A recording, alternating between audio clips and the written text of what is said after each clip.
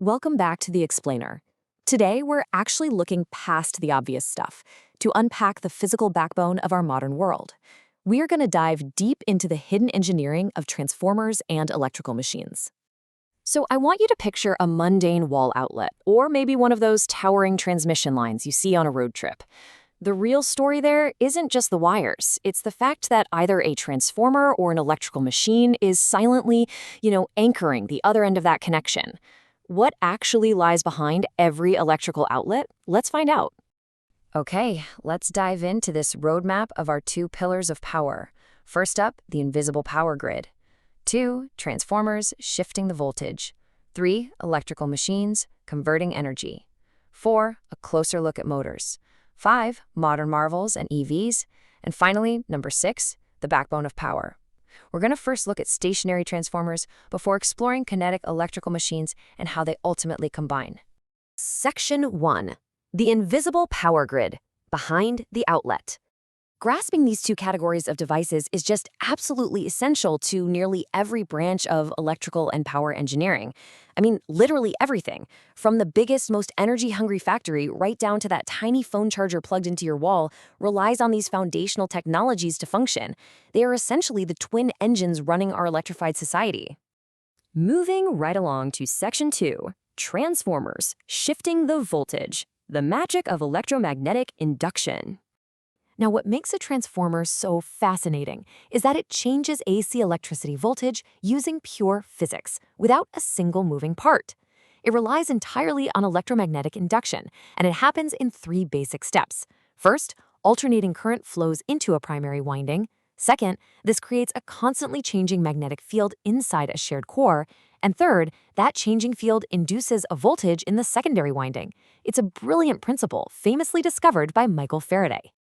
And the exact output voltage? Well, that all comes down to the ratio of turns between those two windings. Step-up transformers increase the voltage, which is absolutely essential if we're going to push power efficiently over massive, long-distance transmission lines. On the flip side, step-down transformers decrease that voltage, ensuring the power can safely enter our homes and local buildings without blowing everything up. Get this, because transformers sit perfectly still with no mechanical friction to deal with, they are remarkably efficient. We are talking about regularly converting over 98% of input energy into usable output. Just imagine a car engine losing almost no heat to friction. That's the crazy level of engineering efficiency we're looking at here. Section 3. Electrical machines, converting energy. Introducing kinetic motion. Unlike the completely still transformer we just looked at, electrical machines actually contain moving parts to convert between electrical and mechanical energy. Motors convert electrical energy into mechanical rotation. Generators do the exact reverse. But the true aha moment here is that both of these rely on the exact same core physical principle, the interaction between magnetic fields and electric current. Since generators basically work in reverse for motors, they need some external mechanical force to spin a rotor within a magnetic field to produce electricity. And this is the underlying concept for virtually every type of power plant out there. Whether you're harnessing falling water in a hydroelectric dam, wind catching a massive turbine, or steam created by coal, gas, or nuclear energy, they're all really just massive generators turning mechanical rotation into electrical power. Section 4, a closer look at motors, the categories of motion. All right, so now that we know how electricity is generated, we have to look at the specific types of motors that turn that generated electricity back into physical work. The main taxonomy here includes DC motors, AC induction motors, synchronous motors, and servo motors. Now, what's really interesting about this breakdown is how they differ mechanically. A DC motor uses physical brushes to constantly reverse the current and maintain its spin. But AC induction motors? They use a 3-phase rotating magnetic field to spin the rotor, avoiding physical brush contact altogether. Bypassing that friction makes them simple and low maintenance, which is why they're the undisputed standard in industry. Meanwhile, synchronous motors lock exactly to the AC power frequency for precise speed control, and servo motors give us that highly precise pinpoint accuracy you need for robotics and advanced automation. Section 5. Modern marvels and EVs, pushing the limits of efficiency. Electric vehicles represent a rapidly advancing, specialized category that pushes these machines to their absolute limits. EVs demand that their motors be extraordinarily lightweight and incredibly efficient. Because of this, they synthesize these concepts perfectly.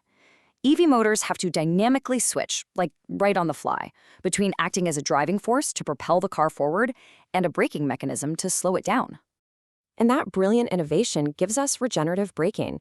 When you step on the brakes in an EV, the vehicle uses its own motor in reverse. The motor literally transforms back into a generator in real time, capturing that kinetic energy during braking and converting it straight back into stored battery power. It's basically motors and generators working in perfect harmony. Section 6, the backbone of power, connecting generation to consumption. So the crucial point is this. Without transformers stepping voltage incredibly high for transmission and then safely back down for local use, our entire current global grid architecture simply would not function. Generating power centrally and transmitting it across massive distances is only practical because of that silent, motionless induction happening inside transformers. And equally, without the kinetic movement of electrical machines, we'd have absolutely no way to convert all that stored or generated energy into the mechanical motion that powers our factories, our appliances, and our vehicles. Together, transformers and electrical machines truly form the physical backbone connecting power generation to power consumption everywhere in the world.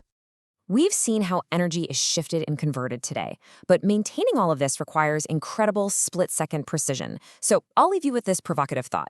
What happens when this massive, intricate grid actually goes out of balance? How does a system this vast automatically correct itself and keep from tearing itself apart? Well, in our next explainer, we are going to uncover exactly how electrical systems do this using complex control systems and PID controllers. You absolutely won't want to miss it.